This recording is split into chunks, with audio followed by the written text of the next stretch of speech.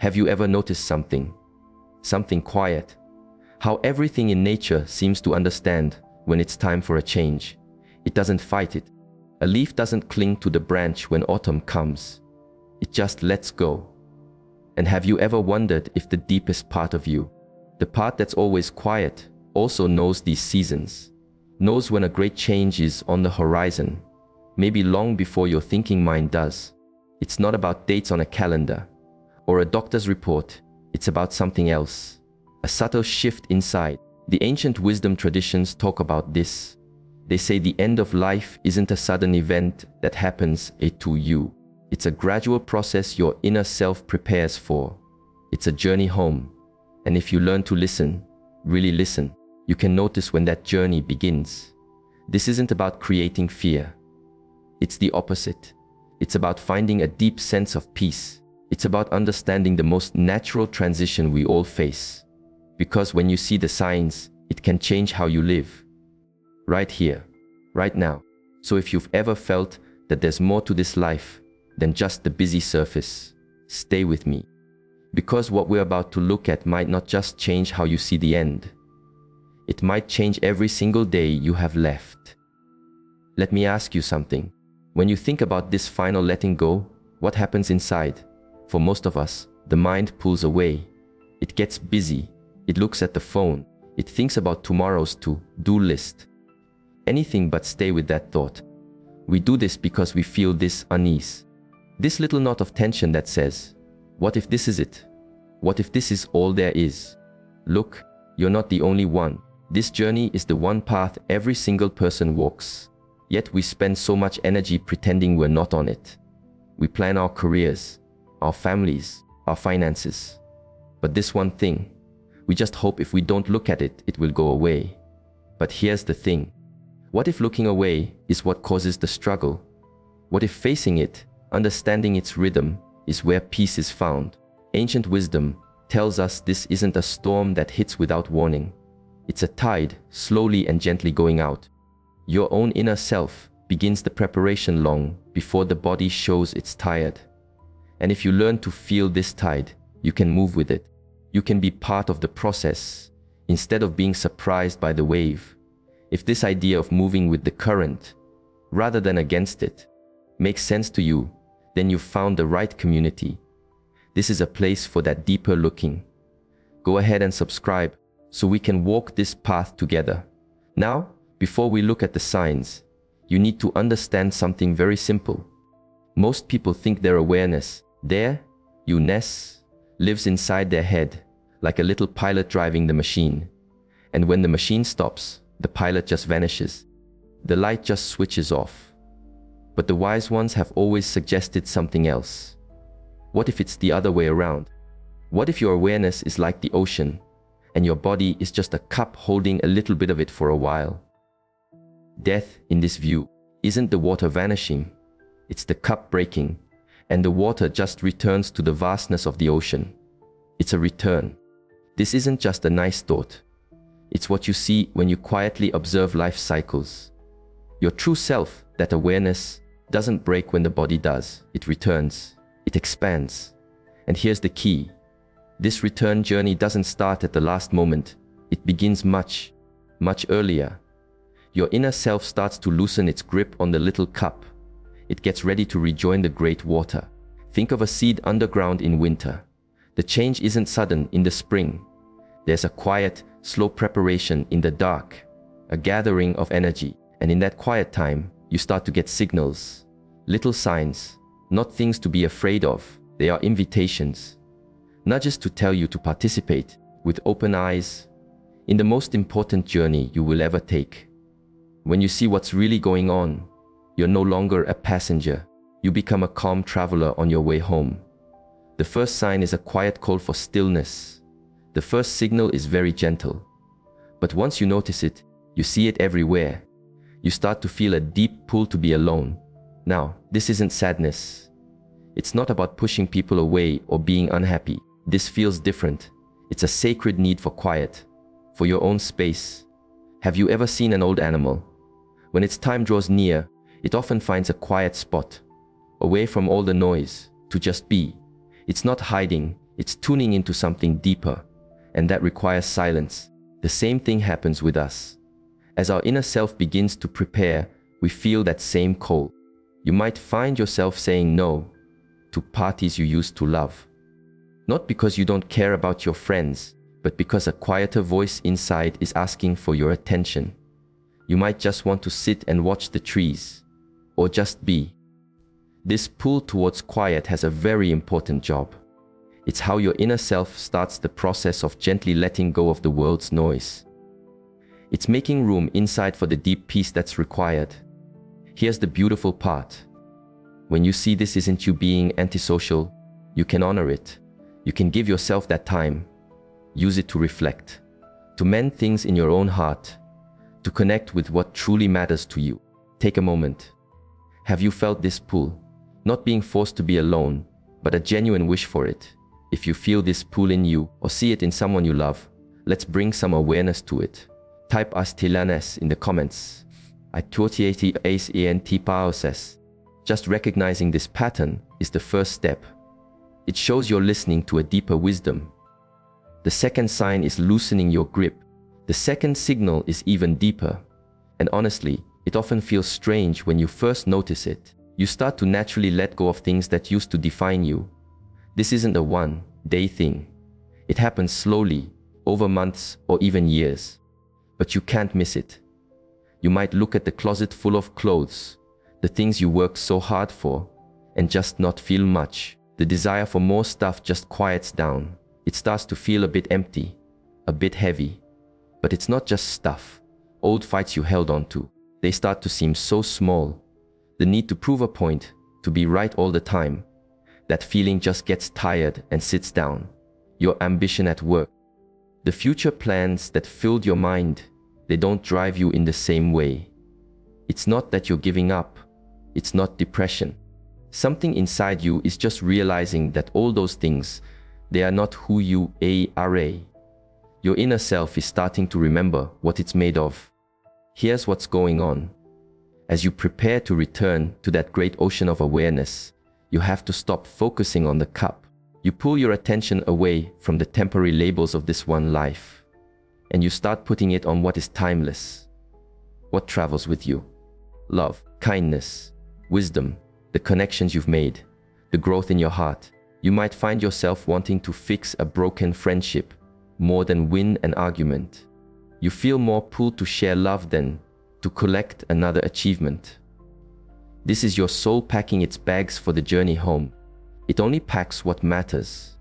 When you see this is what's happening, you don't have to feel sad about losing old interests. You can feel happy about the real you showing up. The third sign is that you start to notice more. Now we get to something that might seem a little strange. As the inner self prepares, your awareness can start to widen. You might have dreams that feel incredibly real, so vivid. Sometimes, loved ones who have passed might appear in these dreams, and there's a feeling they are just checking in. Or you dream of a place that feels more like home than any place on earth. You might also start to just sense things, not in a scary way, just a feeling of a calm presence nearby, as if unseen friends are gathering to support you on your journey. For some, their intuition just gets louder. You just know things without knowing how. You feel what someone else is feeling from across the room. Other people have moments where the world just feels thin, like you can almost see through it to something else, just for a second. This is not you going crazy. Not at all. Think about it like this.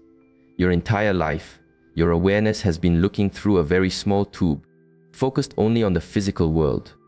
As you prepare to leave, that tube starts to dissolve. You're starting to see more of the whole picture that was always there. Why does this happen? Well, the place you are returning to, that ocean of consciousness, is a place of wide, open awareness. Your inner self is just starting to tune in. To get you used to the feeling, the crucial thing is these experiences have a purpose. They are little previews. Your soul's way of saying, it's okay. This is what it's like. Get familiar with it. So if this is happening to you, don't push it away. Don't let yourself or anyone else tell you it's not real. These moments are precious. It's part of a natural process. Have you noticed this? Has your world felt a bit more transparent lately? If so, maybe share this video with someone who would get it. Because these things can feel lonely until you understand they are part of a shared, natural path. The fourth sign is the need to put your house in order. This next one is so common that we almost don't see it as a sign. You feel a strong pull to review your life, not just daydreaming. It's a deep need to look back, to understand it all from a higher place. You'll find your mind wandering back to big moments in your past. The people who changed you, the choices you made, the times you fell and what you learned. But it's different now. You're not reliving it with the old anger or sadness. You're seeing it with new eyes. Wiser eyes. This often shows up as a sudden urge to call people, to heal an old argument, to finally say thank you, to ask for forgiveness or to give it, to finish conversations that were left hanging. You might feel a need to tell your story, to write things down, to pass on what you've learned, so that the meaning you found in your life doesn't just disappear. This isn't just you being sentimental.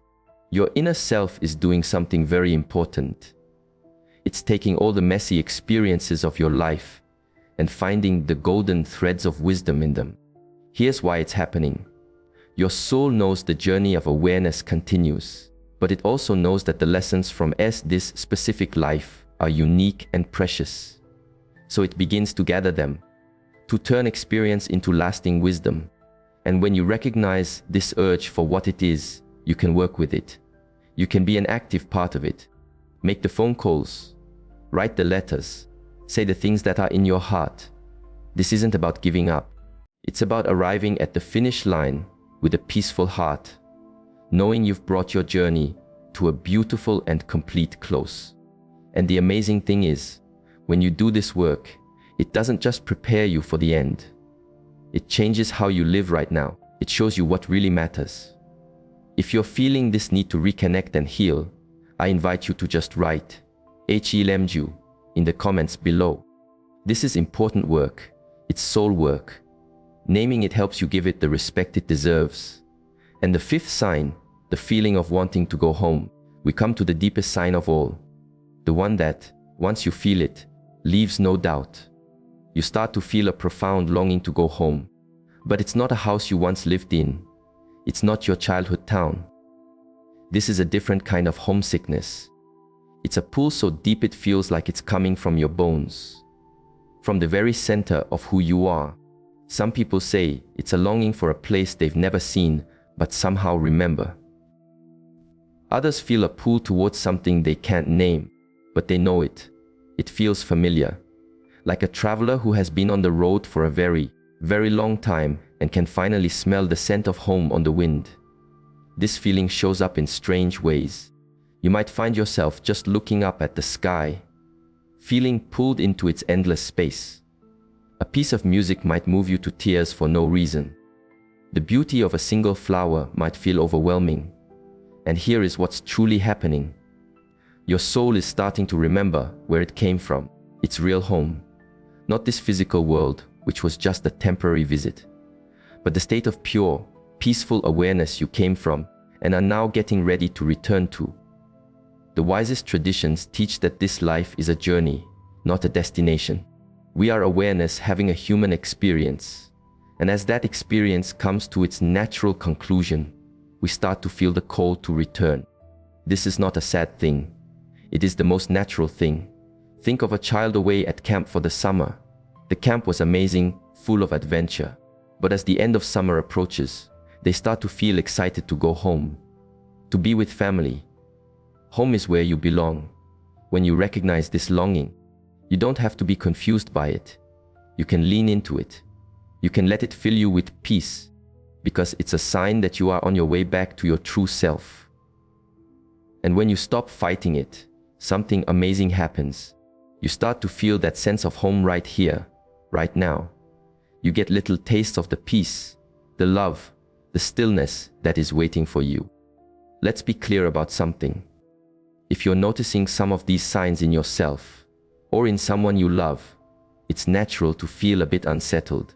You might be asking, Does this mean the end is very close? The answer is simpler than that. These signs don't come with a stopwatch. The preparation can take years. For some, these feelings come and go over a long, full life. For others, it's more focused.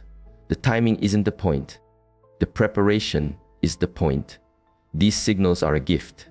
They are your soul's way of making sure that, when the time for transition does come, you are ready? Not just practically, but ready in your heart. And being ready doesn't mean you've given up on living. It means you approach whatever time you have left with your eyes wide open, with a deeper purpose, and a real connection to what matters. So when you notice these signs, you have a choice. You can let them be a reason for fear, or you can see them as a reason to be more present than ever before. It's an opportunity to live with incredible meaning. Most people rush through life, not thinking about any of this, and are caught by surprise. But you are being offered a different way, the chance to treat this last chapter as a practice of awareness. And here is the paradox. When you prepare for letting go, you start living more fully. Knowing this experience is temporary makes every moment precious, every connection sacred. So if you recognize these stirrings, step into them. Use this awareness to love deeper, to heal what needs healing, and to become who you truly are. If this way of looking at things feels right to you, if you feel a shift from fear to gentle curiosity, then I invite you to subscribe. This is the path we walk here, a journey of deeper understanding. So what do you do with this? How does it change things today? First, if you feel these things in yourself, honor them. Don't fight the pull for quiet time, use it. Don't worry about attachments falling away, feel the lightness in that. Don't brush off those wider feelings, listen to them with curiosity. Don't run from the life review, engage with it. And don't be afraid of the longing for home. Let it remind you of your vast, peaceful nature. Second, if you see these signs in someone you care about, meet them with understanding, not fear. Don't try to force them to be the person they used to be. Don't tell them their new perceptions are just confusion. Instead, sit with them. Listen, help them share their stories. Be a calm companion on their journey. Third, no matter where you are in life, you can learn from this. Understanding how we prepare for the end teaches us how to live right now. You can start practicing letting go of things that weigh you down today. You can start carving out quiet time for yourself this week. You can open yourself to listening more deeply to your own heart. And most of all, you can acknowledge that quiet longing we all have for a sense of peace, a sense of home, right here while we're still living. These are not practices for dying. They are practices for living with awareness. When you live this way, the fear starts to dissolve. The end is not a cliff you fall off. It's more like a graduation, a completion of a sacred journey. You begin to understand that you're an eternal awareness who chose to have this very human experience. And when it's complete, you return home, richer for all you learned and all you loved. Let me leave you with one final thought that could change everything. What if these 5 signs are not warnings at all? What if they are actually evidence of something beautiful? Proof that your awareness is eternal, that the love you give and receive doesn't just disappear. Proof that your true self cannot be harmed. Just think, if your awareness simply ended, why would there be such a careful, gentle process of preparation? Why would your inner self start letting go, seeing more clearly, and feeling a pull towards home? The very fact these signs exist suggests that the journey continues, that death is a doorway, not a solid wall. This changes everything. It means every single moment of your life, the good, the bad, the joy, the pain, it all had meaning. It was all part of your soul's path of growing wiser and more loving. And if the end is really a return home, then these signals are sacred. They are signs of a deep, compassionate wisdom that guides us gently through our greatest change. This doesn't make the parting easy, but it frames it in a larger journey. Your soul knows the way home. Trust it. Follow its quiet nudges. And let that trust change not just how you see the end, but how you cherish every single moment of life you are living right now. Because in the end, life and death are simply two steps in the same eternal, beautiful dance. And you are the dancer. Dance with awareness. Dance with love, knowing every step is sacred and every turn is a doorway to something more. This is who you are. This is what awaits. There is nothing to fear, and there is everything to be grateful for, even in the face of our most profound mystery. Welcome home. You never really left,